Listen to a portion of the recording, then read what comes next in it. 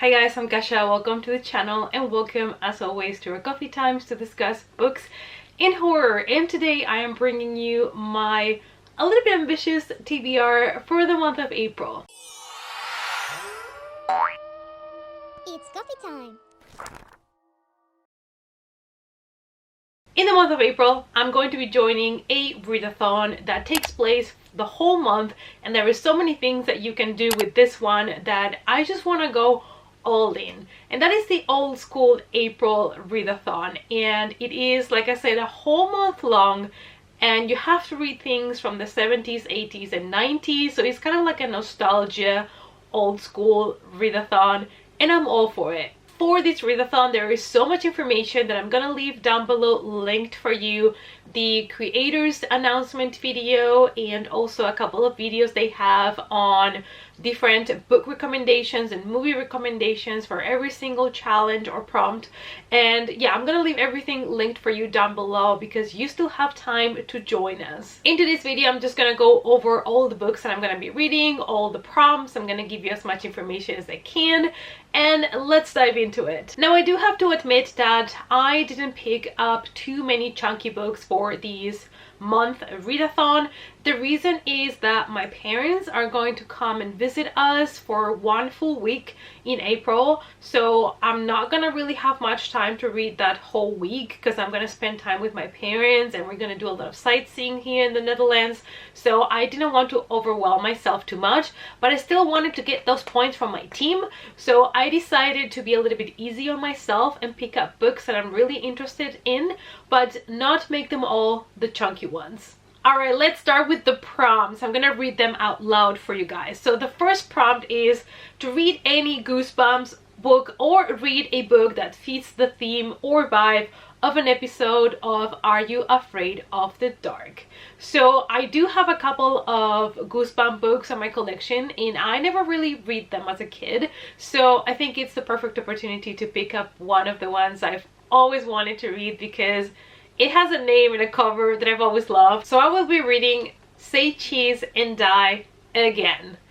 I really like this cover, always loved it since I got the book, and I can finally read it. It's about a boy that gets a really low grade at school. He gets an F for a paper that he wrote about a camera that takes very special pictures and evil things happen around that camera.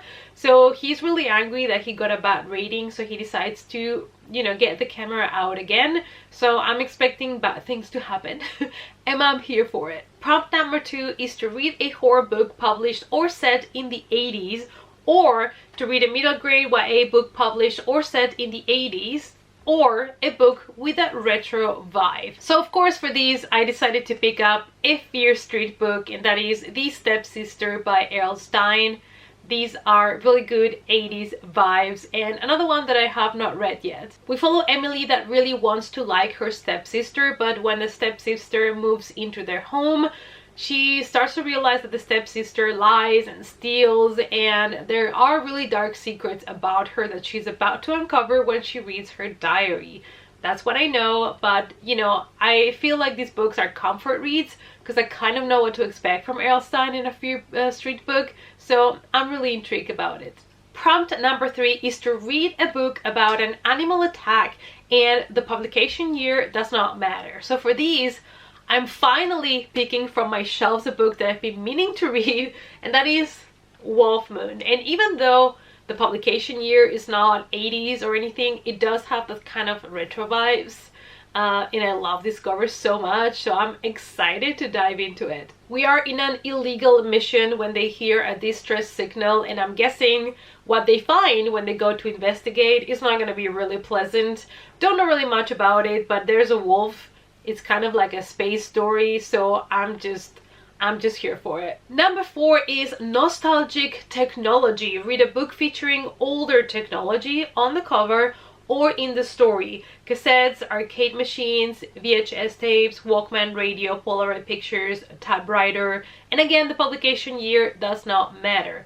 So I went through all of my books and I found hard to find one that would fit this prompt and that I had not read yet, so I'm gonna stretch a little bit the prompt, and I decided to pick up this one. It's called When the Darkman Calls by Stuart M. Kaminsky, and this is an old mystery thriller slash horror, and we do have a cord phone on the cover, and I do consider this older technology from the 80s and 90s because we don't really have these anymore.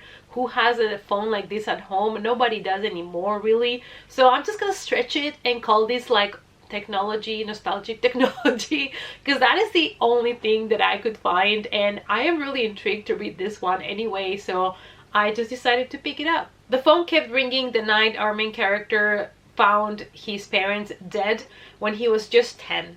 Now, 25 years later, the phone is ringing again. It sounds really intriguing. I'm expecting just a cozy thriller maybe. And yeah, I don't know, I never heard of this book. I found it secondhand and I'm excited to finally discover what it's all about. The next prompt is mood read, which is just to pick a book that is either set or published before 2003, and it can be also a book with a retro vibe. So for this one, I'm unsure what I'm gonna pick up. I don't know yet. I'm kind of considering another Fear Street book, but I'm not 100% sure. I might find something else on my shelves, but for now I have decided to pick this one, another Fear Street book. This is called The First Horror, and it's about this set of twins that move into the house number 99 on Fear Street, where evil things have happened before and are gonna happen again. So I don't know if I'm really gonna read this one, but if I cannot find anything else for this prompt, I will choose this one. I just feel like I don't want to choose books that are way too big because, like I said, I'm not gonna have the 4 weeks of the month because 1 week is gone because my parents are here. So I might try to find something else. Otherwise, I will sneak in this one because it's also a little bit shorter. For prompt number 3, you have to read a Fear Street book, a point horror book, or a Christopher Pike book. So for this one, I've decided to finally pick up a Christopher Pike that I have not read yet, which is the Spellbound. And I actually have 2 copies of these. So I chose the one that is kind of like least favorite, even though both are great. So this is gonna be my reading copy. These are the 2 ones that I own. It's the same book, just different cover. But this one has some sort of like extra vibe and I love it so much, so I do prefer this one a little bit over this one. So this will be my reading copy of the story. This is a story about a murder mystery. Karen has been killed and everybody assumes it probably was the boyfriend, but was it really? So now he has a new girlfriend and I don't know what's gonna go on, but you know, I do like Christopher Pike's books. They're also kind of like quick, fast-paced reads. They are cozy. I enjoy his mysteries, so I'm sure that I will enjoy it. The next prompt is Teen Witch, which is to read a book with magic, with magical elements, with magical items, with wizards, with sorcerers, witches, cursed objects, the occult, supernatural elements. So there's a lot of options here, and the publication year does not matter. So for these, I have chosen one of those YA books that I have been meaning to read, and it's one of the ones that I got when I was in the UK, and that is These Witches Don't Burn by Isabel Sterling. I've been meaning to pick it up because I feel like this is just gonna be fun. I'm also expecting, though, a little bit of teen drama and all of that, but I'm just hoping to have a lot of fun with it. And I feel like this one might be lighthearted, fun, even though there's gonna be a little bit drama, like I said, but I'm just excited to read this one. And even though this is one of the biggest ones that I'm reading for the Readathon, I have a feeling that it's gonna be fast-paced and hopefully, fingers crossed, I'm gonna have a good time with it. Moving on with prompt number 8, which is to read any horror book published in the 90s or read a middle grade YA book published or set in the 90s, or a book with a retro vibe. So for these, I have chosen one of those vintage books that I found last year, and it is about vampires. I love the cover, and I'm gonna be picking that up for this challenge because it was published in the 90s, and that is This Dark Paradise by Wendy Haley. And this is one of those books that has one of these covers that I absolutely love, and I'm really excited about it. I feel like it's a little bit of a family drama with vampires, but I'm just here for it.